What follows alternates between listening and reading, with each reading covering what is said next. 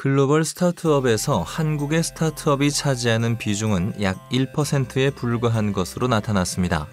더 나아가 국내 스타트업 생태계의 가장 큰 취약점은 글로벌 지향적인 개방성의 부족으로 확인되었습니다. 본 보고서에서는 국내 스타트업의 글로벌 위상을 평가하기 위한 체계화된 스타트업 DB 구축을 통해 국내 스타트업과 글로벌 투자자, 글로벌 시장 간의 연계가 중요함을 인식하는 계기를 마련하고자 합니다. 더불어 상호 관련성이 큰 사업 분야를 중심으로 스타트업의 사업 유형을 분류하여 ICT, 바이오, 의료, 기계, 장비, 화학, 소재, 유통 서비스와 같은 전통 제조업 방식의 벤처기업 업종 분류도 신산업에 적합한 형태로 개편해야 함을 강조하고자 합니다.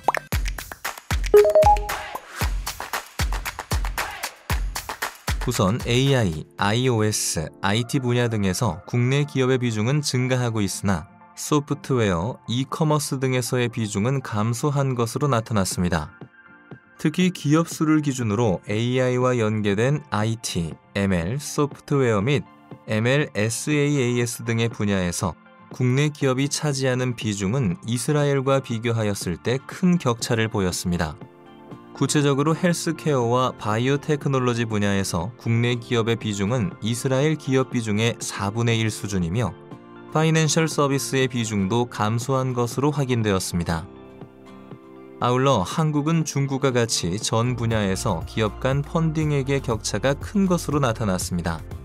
파이낸셜 서비스 분야에서는 한국의 펀딩액 중앙값이 가장 크나 헬스케어와 바이오 테크놀로지 분야에서 미국, 중국 등과 비교하여 기업 수가 적으며 평균도 작은 것으로 확인되었습니다. 에너지 분야에서는 기업 수와 펀딩 규모 면에서 미국이 이 분야를 주도하는 것으로 확인되었습니다. 패션 분야에서는 국내 기업의 펀딩 규모가 상대적으로 크나 기업 수는 적은 것으로 확인되었습니다.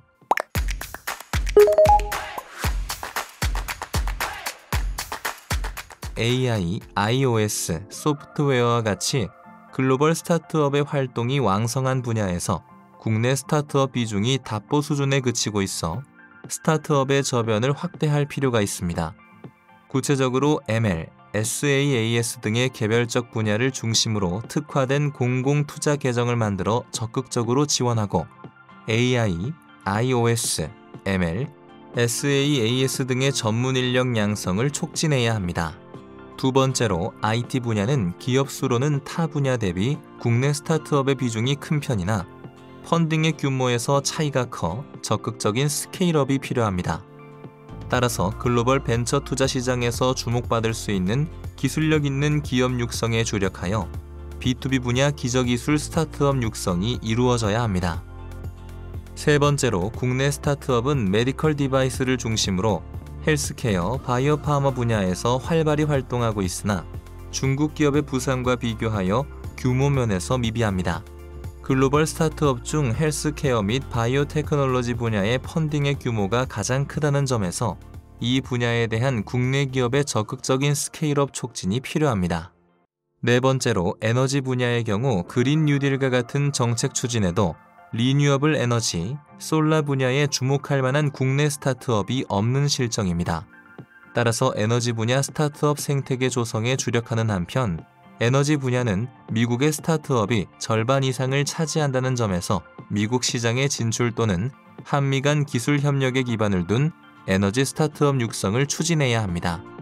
다섯 번째로 파이낸셜 서비스 분야는 국내 스타트업이 전 분야에서 활동하고 있어 과감한 규제 완화를 통해 국내 스타트업의 글로벌 경쟁력 제고를 위한 기반을 마련해야 합니다.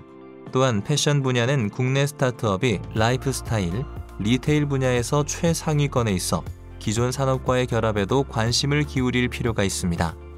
ICT 분야와 직접 관련되지 않는다고 하더라도 전통적인 산업과 스타트업의 결합을 적극적으로 발굴하고 육성해야 합니다. 마지막으로 분야별 국내 스타트업의 글로벌 위상 및 수준을 지속적으로 측정 평가하기 위해서는 크런치베이스와 같은 체계화된 스타트업 DB의 구축이 필요합니다. ICT, 바이오, 의료, 기계, 장비, 화학, 소재, 유통 서비스와 같은 전통 제조업 방식의 벤처기업 업종 분류를 신산업에 적합한 형태로 개편해야 합니다.